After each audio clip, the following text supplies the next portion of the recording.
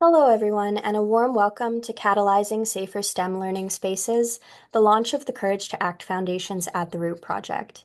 I'm so excited to welcome you into this space. My name is Aubriana Snow, and I'm the project manager at the Courage to Act Foundation. Today, we'll be in conversation with Dr. Samantha Yammine, also known as Science Sam, about the importance of gender equity in STEM-focused experiential learning opportunities. We'll start by sharing a bit about the foundation and our work to address sexual harassment in experiential learning, followed by our conversation with Science Sam, as well as an opportunity for questions about Sam's work and about the project.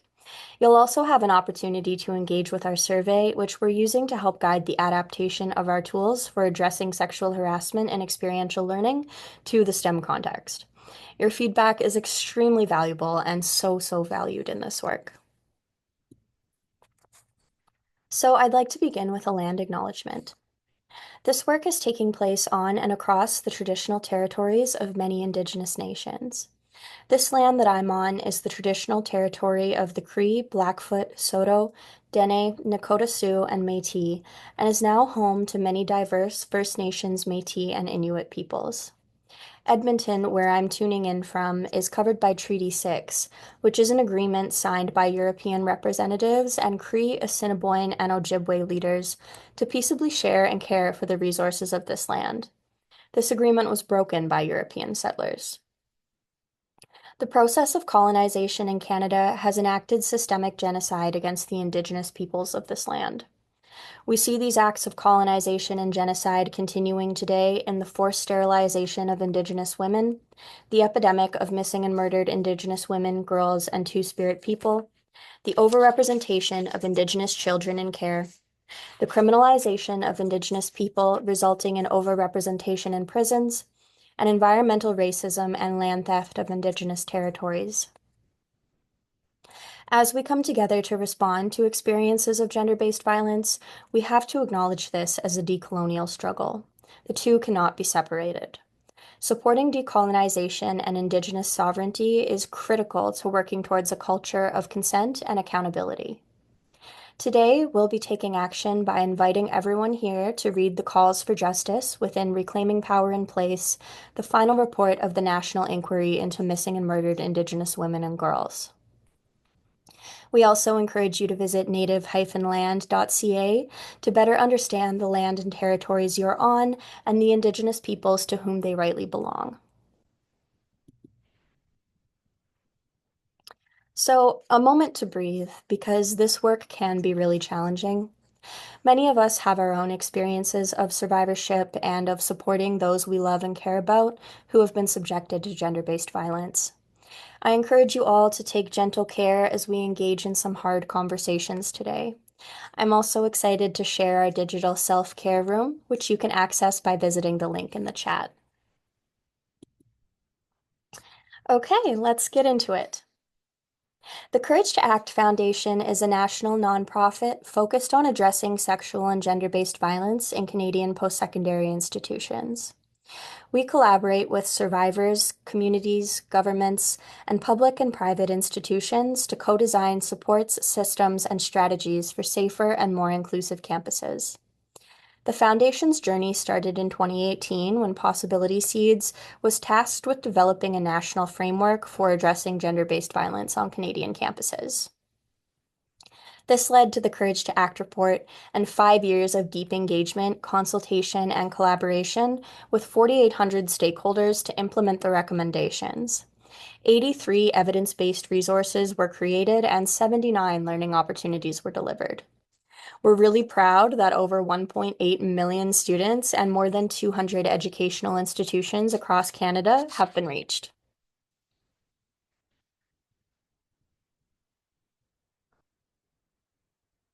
And of course, our foundation is continuing this essential work today through a research to action approach. This project is really important to us. Women and gender diverse students deserve to learn, work, and thrive in their careers. However, they're at a high risk of being subjected to sexual violence or harassment when they pursue science, technology, engineering, or math, or better known as STEM, professions. When academic or work environments go unchecked, the impact on survivor well-being is significant.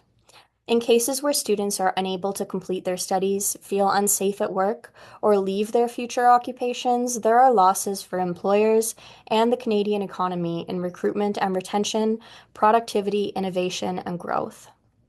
At the Root scales our national research to action project for employers, administrators, and students engaged in STEM experiential learning. At the Root focuses on resource development and adaptation, educational and professional development, and policy and legislative advocacy. Over the coming year, we'll be releasing resources and hosting learning opportunities to advance the conversation on addressing and preventing sexual harassment in STEM-focused experiential learning. You can learn about these opportunities by visiting our website and signing up for our newsletter. We hope you'll join us in this important work. And I also really want to thank our funder, Women in Gender Equality Canada. We could not do this work without you. Thank you so much for investing in the safety of women and gender diverse people across the country.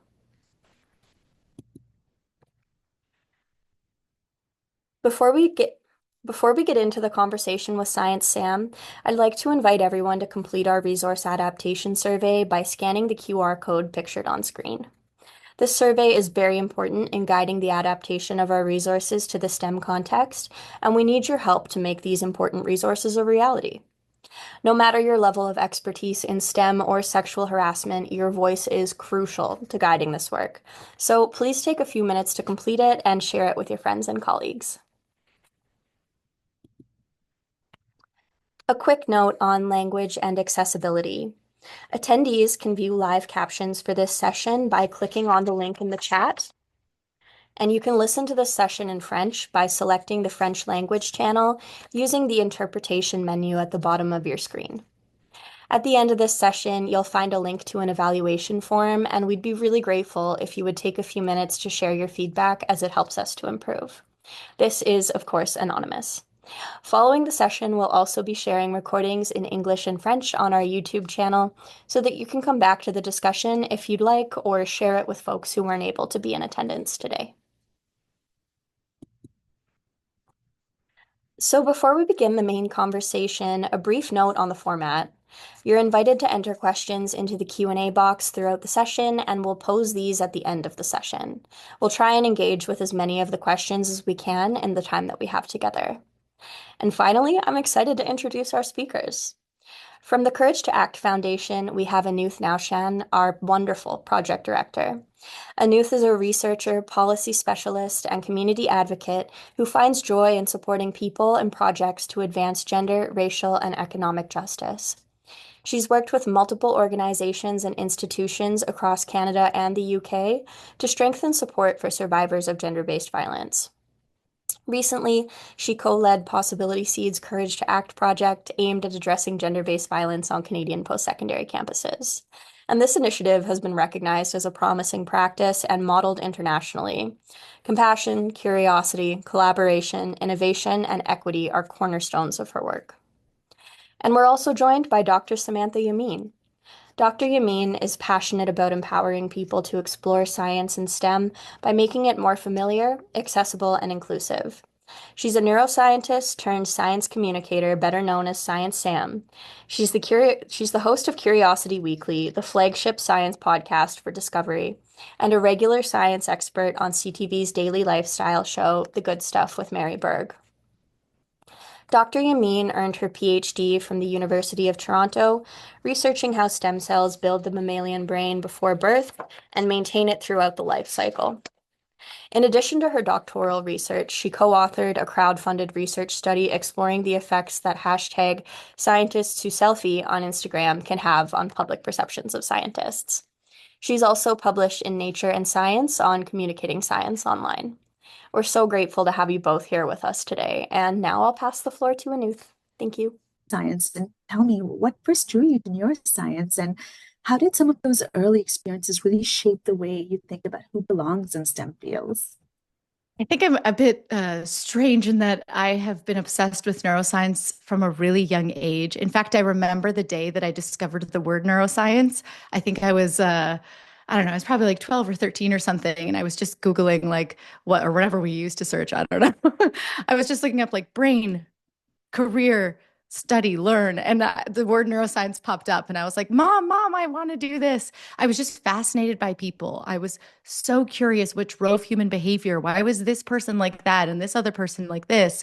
And really a fascination with people. And then I learned that, oh, there's a reason why we all are the way we are. All of these cells in our brain make us who we are and encode our experiences and the way that we learn and our memories and feelings and all of our actions. That hooked me then ever since. And I think that early driver being wanting to understand people better has meant that I always think about the people in the work. Everything. I'm always thinking, who might see this? Who's personally living with this? Who's missing from this research? Right. And so I've always been thinking, um, that there's a lot more work that needs to be done, I think, to bridge the people who most benefit from science and the types of questions we ask. And so I've always felt, because that was my driver, anyone who's ever been made to feel like they don't belong in science or STEM, they're exactly the people that we need. Because in neuroscience, it's very personal. Like it's our brains, it's who we are. And so we need every single perspective. And so for me, that's always been at the forefront. Everyone needs to be in science so that everyone can benefit from science. Yeah, absolutely.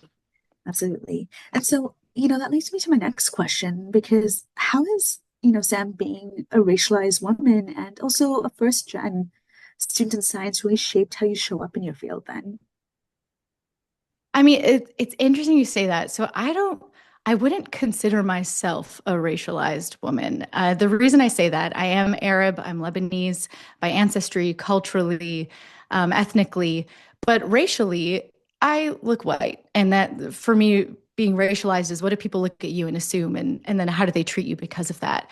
And I would say being in a city like Toronto, I'm very much considered white and I haven't experienced a lot of racism. That's not true for all Arabs, and it's not true for all contexts that I'm in. If I'm in a small town or certain parts of Europe, or my hair looks a bit different that day, I am, and at the airport and my family at the airport.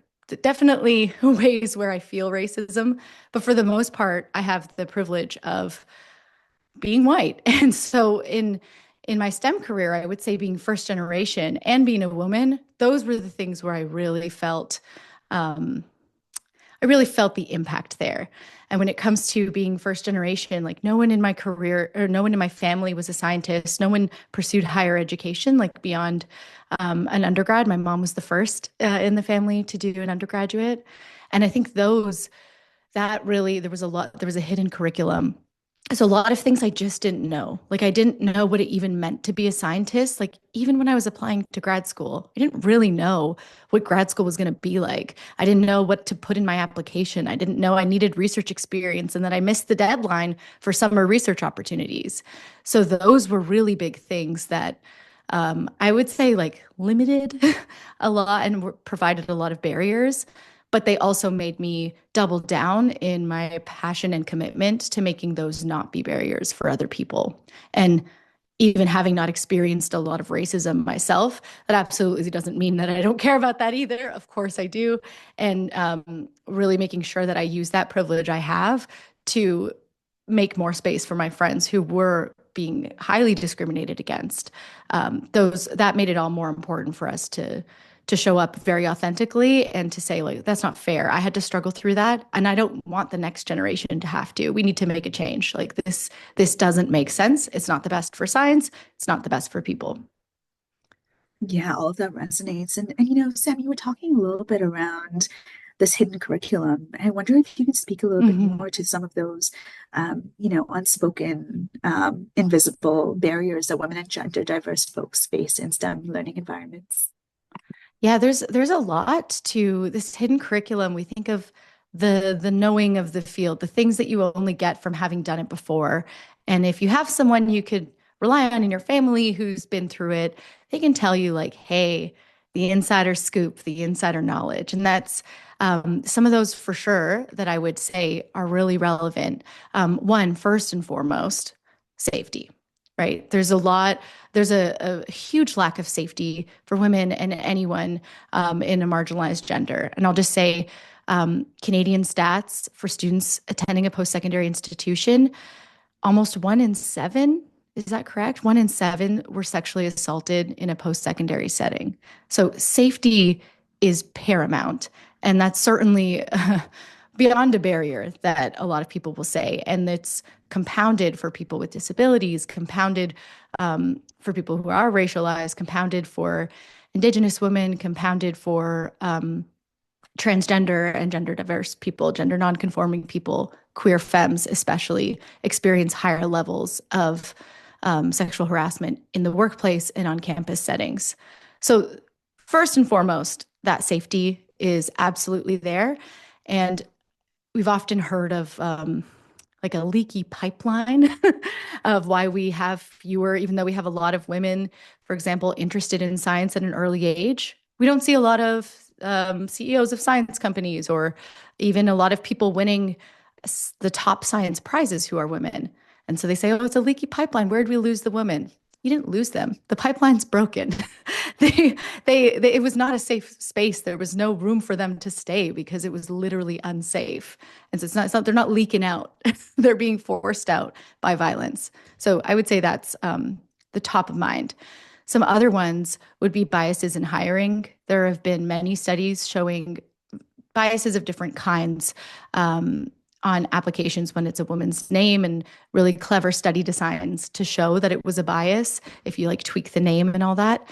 An example that I had, I was asked to sit on a hiring committee for someone to become the chair of a department.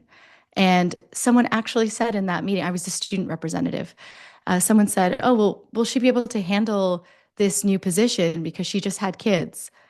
And luckily, another older woman who had kids herself shot that down immediately and was like, that is up to her family to decide how they're going to manage that. She's applied to this position. That means that she is capable. Like she'll manage her own home life. Like that's not our business. So that's like, again, just like the highest, the biases in hiring are very much there. Yeah, I really appreciate your analysis around all of this because, I think often around that concept of that leaky pipeline, right? Because that pipeline is broken. It was broken to begin with. And Mhm. so often there's this huge emphasis on recruitment into STEM, right? There's all these conversations around how do we bring more women into STEM? How do we bring more gender diverse folks into STEM? But we never ask, like, well, what are the conditions we're creating so that they actually stay, right? What talking 100%. enough about retention? Are we talking enough about safety? And often those are really missed in the conversation. So we appreciate you saying. Yeah, I really struggle with the like recruitment of more women in science and oh, okay, we need more diversity in science. I'm like, okay, well, I want that too. However, it may not be safe for a queer woman or a trans woman to be in a lot of science environments. So can we talk about that and actually make a change? And then we can let you check the box that you have a diverse department.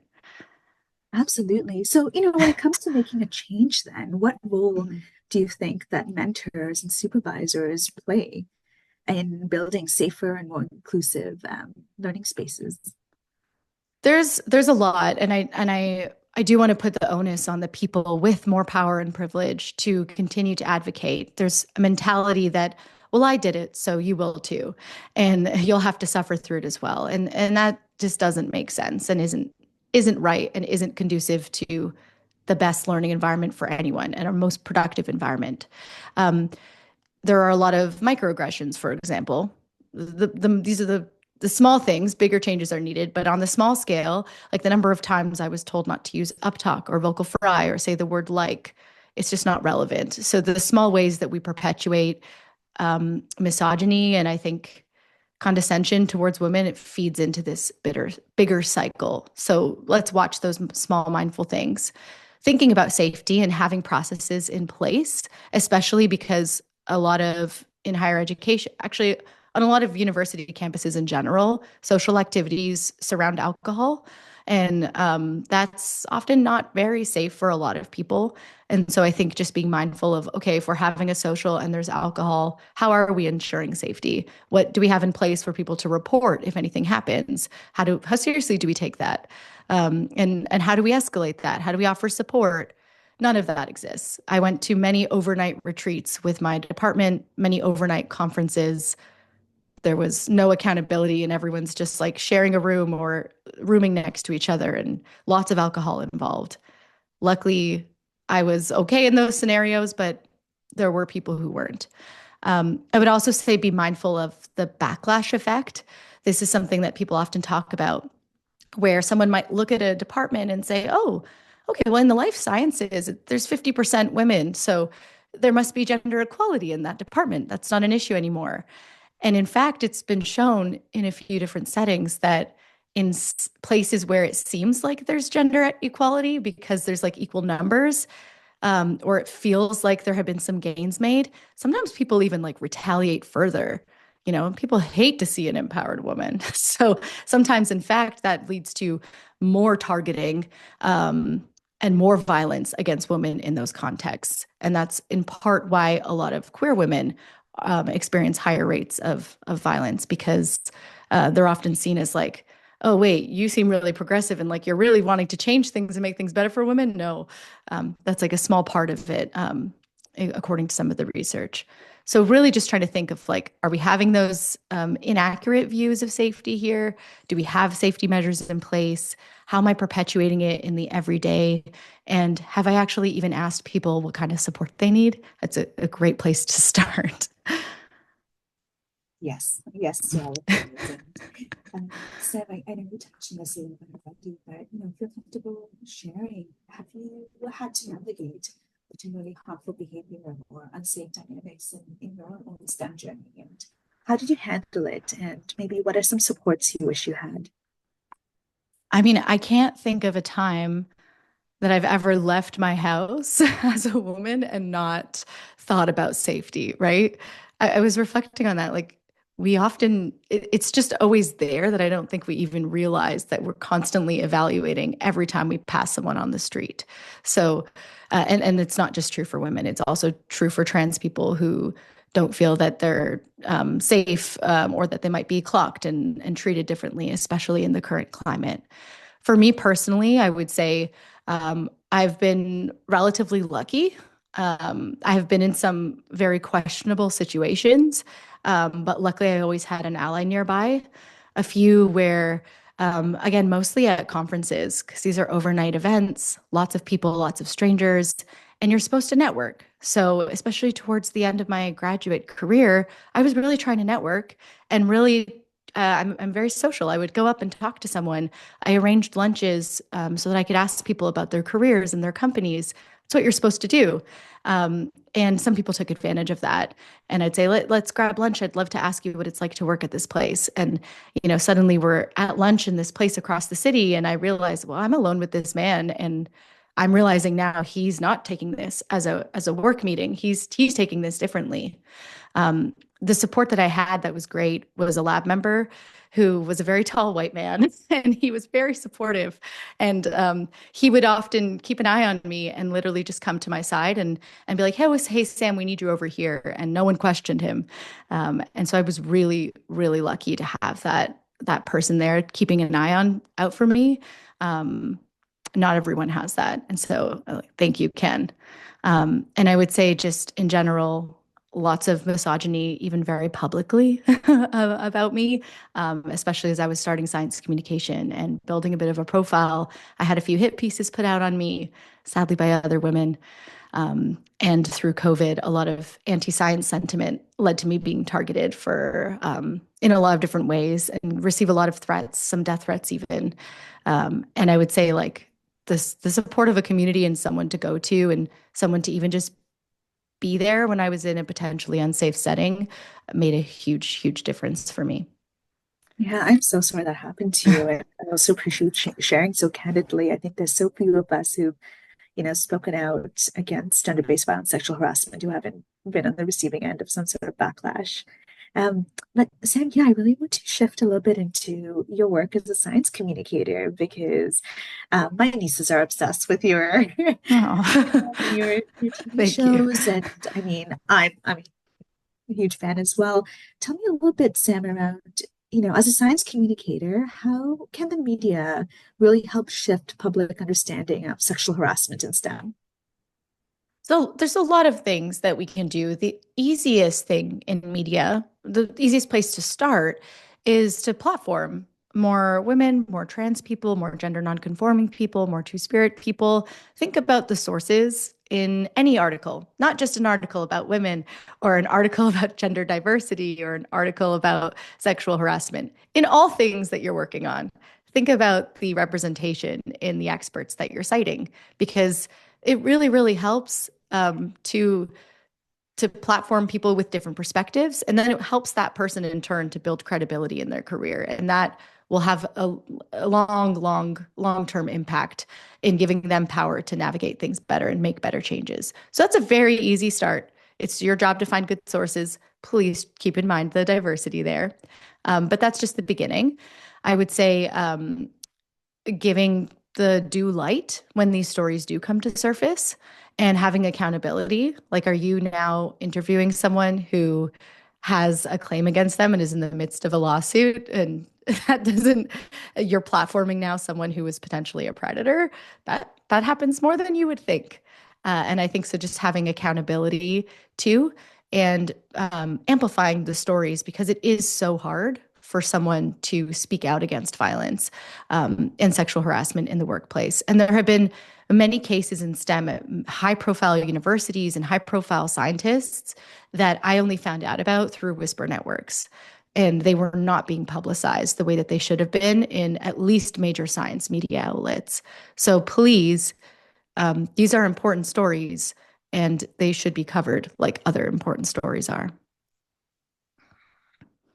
I really appreciate that, Sam. Yeah, I think a lot about these whisper networks as often the first time we hear about instances of sexual harassment and sexual violence, and thinking about what we need to do to create safer spaces and better Mm-hmm. reporting and disclosure mechanisms for people to come forward with um, their stories and their experiences of sexual violence. Um, I know, Sam, you've done a ton to support young people who might be interested in the STEM career. What would you say to a young person who really loves science, but is really unsure about whether they'll be safe or supported in STEM? I would say I love that you love science, and I'm so happy to hear that. And don't let anyone dim that love and that light for science, because it truly is an incredible field. But your concerns about safety and support are very valid. Unfortunately, they might be applicable anywhere. Like in general, like science is not super unique. It's reflects the same imbalances we and injustices we see in other parts of our society. So instead, what I would focus on is like, is science particularly bad?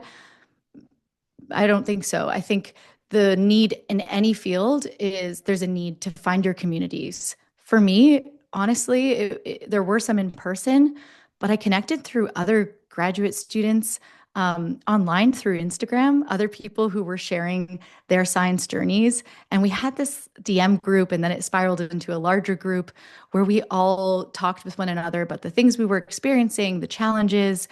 And it was so helpful because instead of just looking at like, okay, well, this is how the University of Toronto does things, this is how things happen in Ontario, I got to hear about the success people had over at Berkeley from my friends who were part of those movements. And then that was so, there were a few concrete examples where they told me how they were doing things. And I was like, oh, I'm going to do it that way. Why reinvent the wheel? Why waste your energy when people have already figured it out? So, really reaching out can make such a difference. So please do that. Find your communities. And I also have to say, trust your instincts. You're a science oriented person. So you may think your feelings don't matter as much as logic and data. That is not true. Your instincts are very important. And sometimes our brain works faster than we can process things. So we may not be conscious of why we're feeling a certain way. So that does not make a feeling illogical. Do not ignore your gut feeling. There is a basis to it biologically, and just pay attention to those instincts. Amazing. Thanks so much, Sam. I know that there are a couple of questions in the chat, so maybe I'll ask one or two more before we head to Okay. our Q&A. And yeah, one of my last questions for you is, Sam, tell me, what gives you hope about the next generation of scientists and, how they're shaping their respective fields and really pushing for safer spaces? I do have a lot of hope. You will often find me calling things out, and yes, I have a lot of critiques, as I think we should, and as I think it is my job as someone who's gone through the process. But I have so much hope. I'm seeing so many conversations of men stepping up, which is great. I can call out my friend Trace Dominguez, who's always he's has a son and is always talking about things that treating. They're teaching their child, and I love to see that. Onus on partners to support. Emily Calandrelli is such a champion of that. She's a space communicator, and she'll always talk about the things her husband does and the different support she's gotten from people in her life. That makes me very happy to see. I'm also seeing a lot of young people in general just being much more open in exploring gender diversity. And for me, I really think we will never see an end to misogyny and discrimination against women if we're only thinking in the binary. And seeing so many young people just really exploring and having nuanced conversations and redefining gender in new ways, I think is critical to true gender liberation, freedom, and safety. And so I am so inspired by this interrogation of gender and including from scientists and a lot of scientists stepping up to combat the pseudoscience people are trying to use to justify being transphobic. Science very much supports that there's gender and sex beyond a binary, and to see scientists being willing to speak on that, even when it's not a particularly safe time, makes me feel very hopeful that our generation where we really can make a difference and change. Absolutely. So Sam, what are, some of the conversations that you're seeing now, maybe that weren't happening 5 or 10 years ago?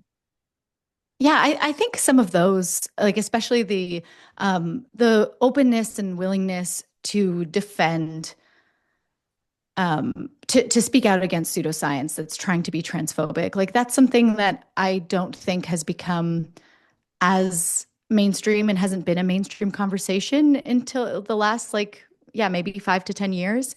And so I'm really happy to see that. And something else that I think someone getting their due flowers that I do want to call out is a woman named Amanda Nguyen.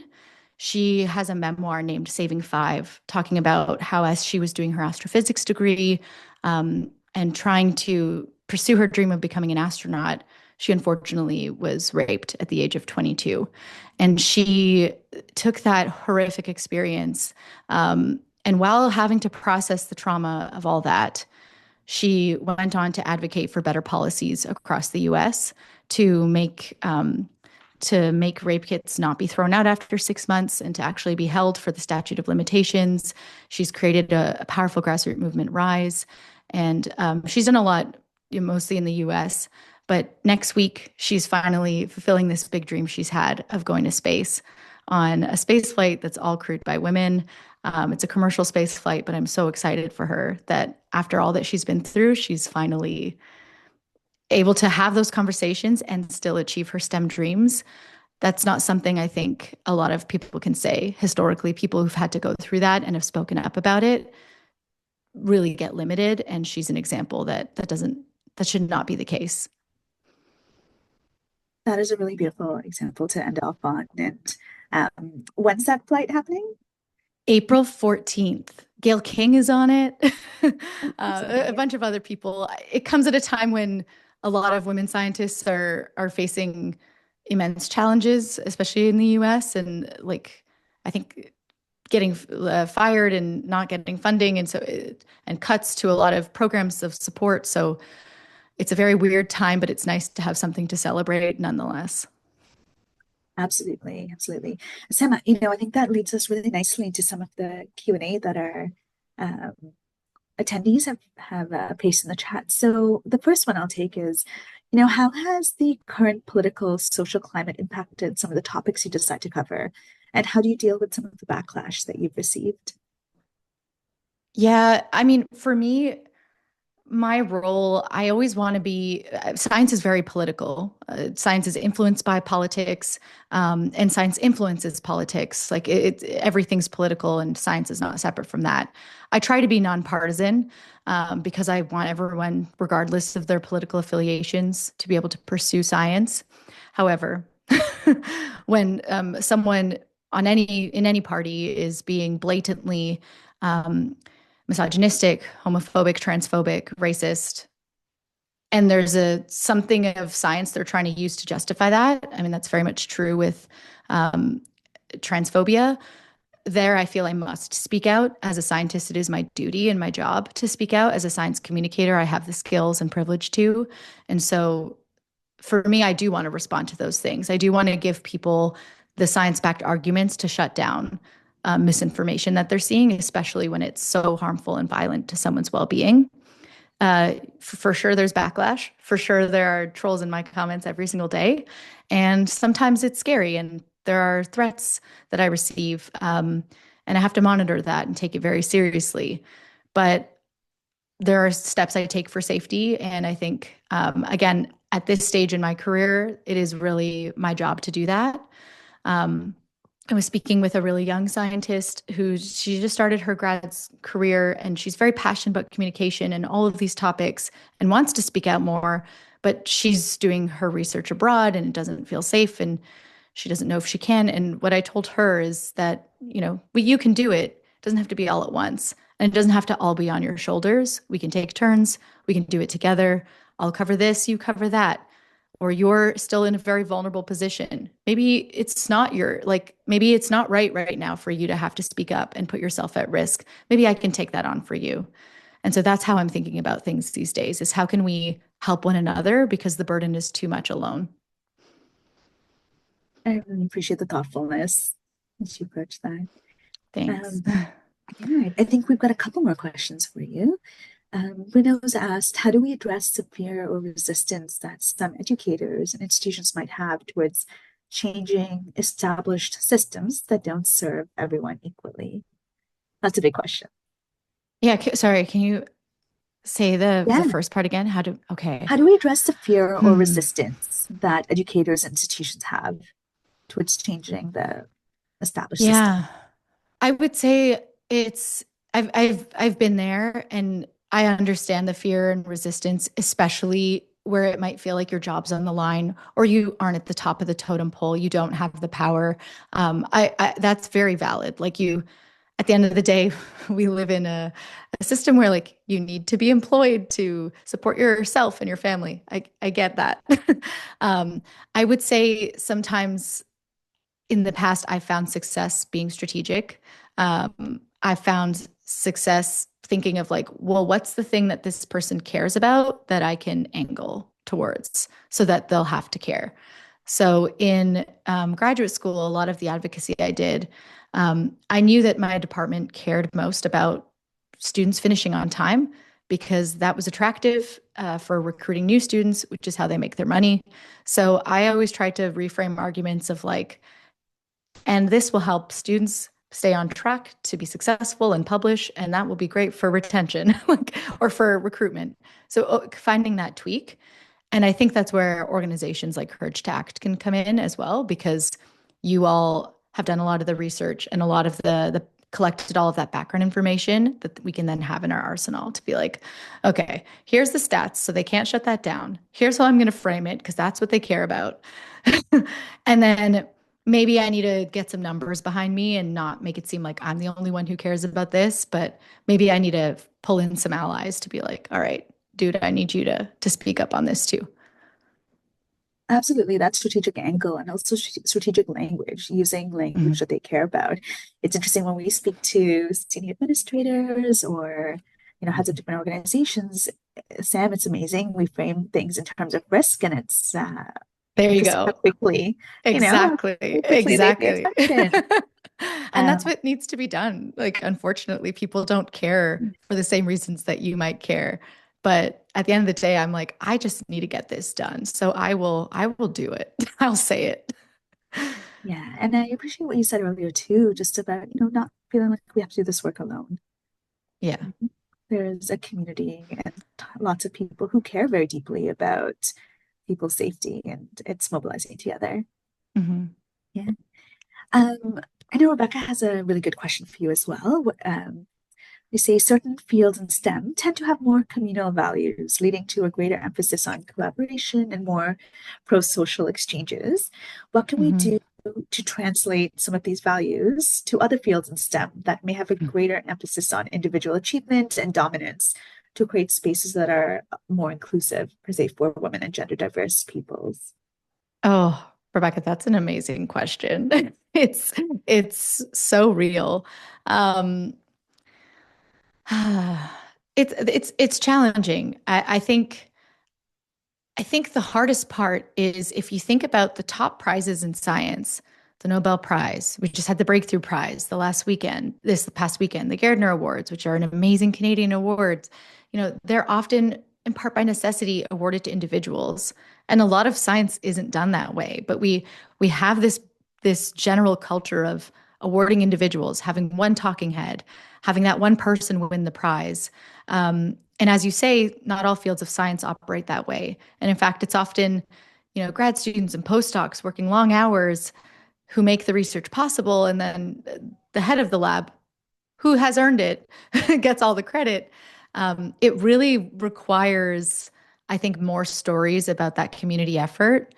And they're just really hard to tell. I try all the time. It's so hard to say because it was this person connecting with this person who helped in this way and that way. But I do think we need more of those stories. And one thing that I think everyone in science can do is make sure to give that credit and to make sure to go back to the core principle of science, which is consensus. So often, and especially in the pandemic, we had individual scientists speaking on topics publicly, giving their opinion, which was great. I mean, sometimes it was super helpful, but it's a bit antithetical to the process of science. Consensus is what we need to be emphasizing. And so I think more and more we need to be going back to, I think this because of my expertise in this and this, and it reflects what the majority of science is saying and consensus towards this. And I think as much as we can relate back to that core principle of consensus and group instead of individuals and individual studies, that can be very helpful. Um, and I think showing how different people's unique perspectives and ideas contributed can kind of it's a bit distanced, but I think having that part of the story included is how you can show that like everyone's unique voice and perspective was actually useful and giving that due credit where it's needed. So thanks so much, Sam. I think we have time for a couple more questions. So, Mhm. Rebecca has said, it's so refreshing to hear you talk about gender diversity and the trans community. You've given me hope today. So, thank you so much, Sam. Can I ask what you draw on when you so passionately talk about the LGBTQIA2S community and other people in the community who inspire you? Oh, so many. I'm the privilege of working on an event. I was a co-founder for called Science is a Drag, and we take scientists and put them in drag for the first time. And it's a really fun community event where you're learning about science, but through the very fun medium of drag. And so I think everyone who participates in that and who's willing to put on a wig or draw a beard on their face or do whatever form of drag is affirming to them to share science really, really inspire me. And working on that um, makes is the thing that energizes me in my work. But also there are lots of science. Oh, there's too many. Another notable one is Ben Barres, the late Ben Barres, who was a trans neuroscientist who even wrote a book about the experience and was so influential. And for me, it's that I think um, being queer and trans, it really is, and the way that we've advocated in the trans and queer community over the years for Pride, for example, the flag, okay, even the way that that has evolved over the years is very much in line with the ethos of science. You make a new observation, you see, this could be a bit better, you refine your theory. Same thing. The pride flag has changed like every few years. And that's a beautiful thing because they realized, oh, hey, we should highlight intersex people more. Oh, we should highlight Black trans people more. We should do this more. There's a lot of similarities in the way the queer and trans communities or 2S LGBTQI plus communities organize and redefine and are always pushing for a better understanding, a more reflective understanding of our world, that's what science should be doing. And so for me, they go hand in hand. They just make a lot of sense.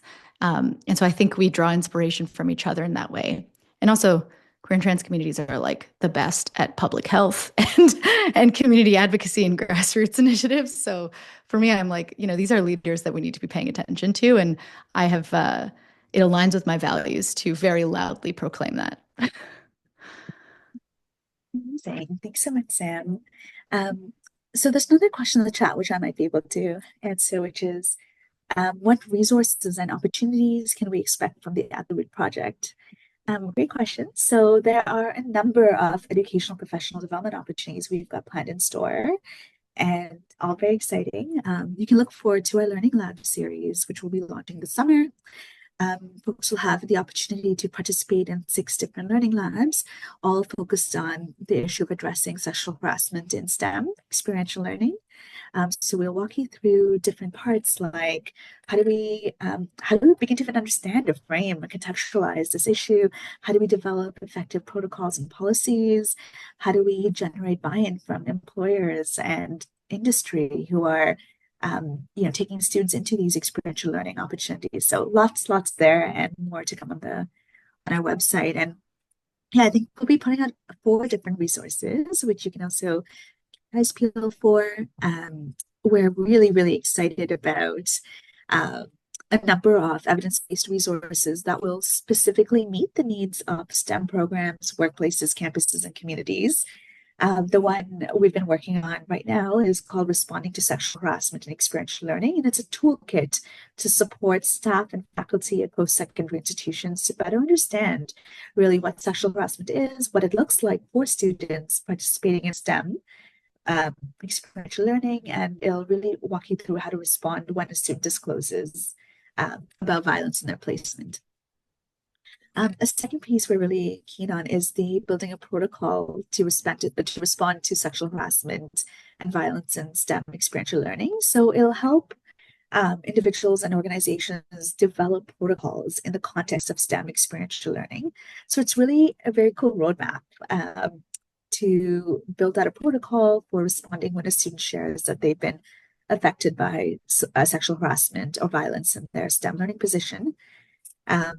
And the third piece that we're putting out is policy and legislative recommendations. So we are updating our set of policy and legislative recommendations to protect students from sexual harassment in STEM experiential learning. And it'll cover lots of different aspects of experiential learning. And it's a really neat tool that's for post-secondary institutions, provincial and territorial governments, employers, and experiential learning providers.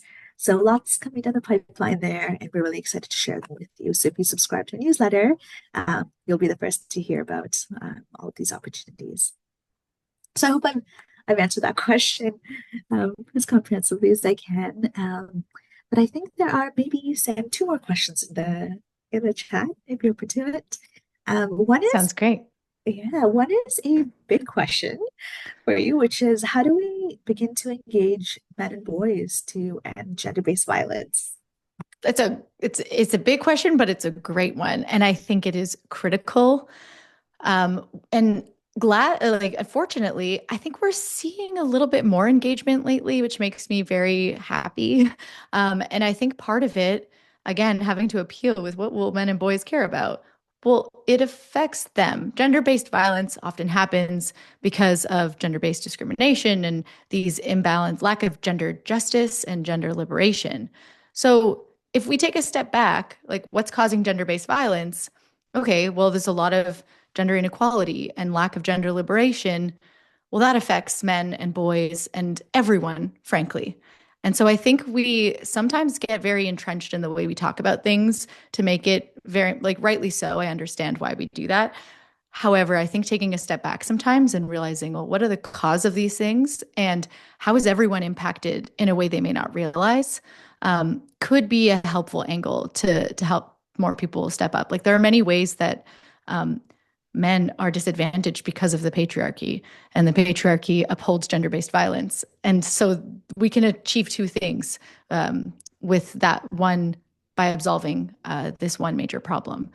So that would be a great strategy, I think. And I also think it um, there's a bigger problem that we're facing with there's a political agenda against gender liberation. And so that is a very organized movement that is very hard to combat. But a lot of men, if you are even just logging into TikTok for the first time, but you've said that you're a man, you're automatically being pushed certain topics. And there's a very, very well established pipeline to push young boys, especially towards far right ideology that perpetuates gender based discrimination and violence. And so that there's a bigger problem there that we have systems in place that are highly organized that are pushing them in the opposite direction. So we also need to target those things and try to be just as organized in not letting people fall for those traps and speaking up against the things that don't make sense, the logical fallacies that are there so that they don't fall trap and victim to these things that are ultimately aren't good for them either. Thank you so much, Sam, for that. Yeah. Um, I wonder if there's any more questions, folks. We think we've got about 1 or 2 more minutes, so we welcome any last questions.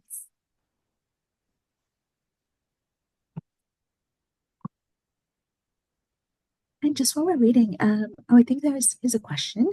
It's like, do you have any advice to overcome resistance in the context of non-gender neutral language environments?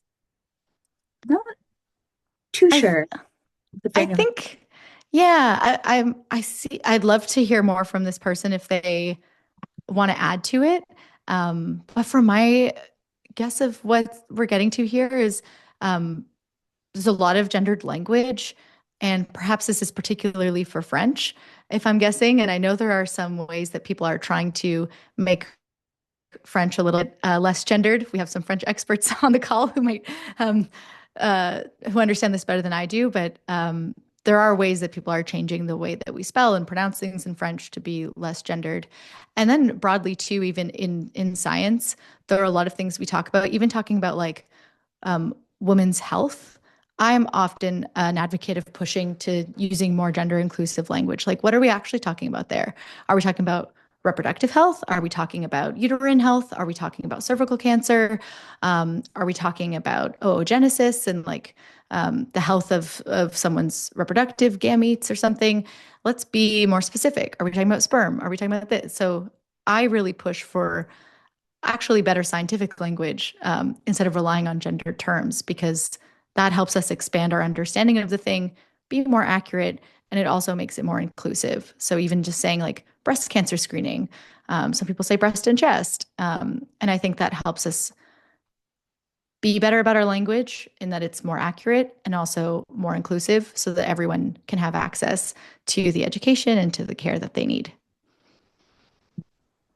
amazing. That was a powerful note to end off on, Sam. I really, really appreciate you. This has been such a powerful and generative conversation, and I know there will be more questions coming your way. But Aubriana, I think we are near time. So, Aubriana, I'm going to turn this back to you. Thank you so much for having me. Thank you, Sam. Thank you so much for that wonderful conversation. It was so enlightening to hear more about your experiences, Sam, and I personally learned a ton today. So I'm just going to pull back up our final slide here so you can all get in touch as needed. So yeah, like I mentioned, a huge thank you to Science Sam for sharing your knowledge and expertise with us today. It's been amazing to hear more about the work that you're doing and the ways that you make science more accessible for everyone. Like Anuth said, her nieces are obsessed. We're all big fans over here, so it's been great to have you. I also want to take a moment to thank our attendees for joining us and sharing in this conversation today. We appreciate and take inspiration from your commitment to addressing gender equity in STEM. We're really lucky to be able to work alongside each and every one of you. So thank you so much for joining us. And a kind reminder to please complete the evaluation form, which will be linked in the chat, and sign up for our newsletter, which you can see the link here on the slide. And that'll keep you in the loop about all our future events and learning opportunities. Take care, everyone. Thank you. Bye for now.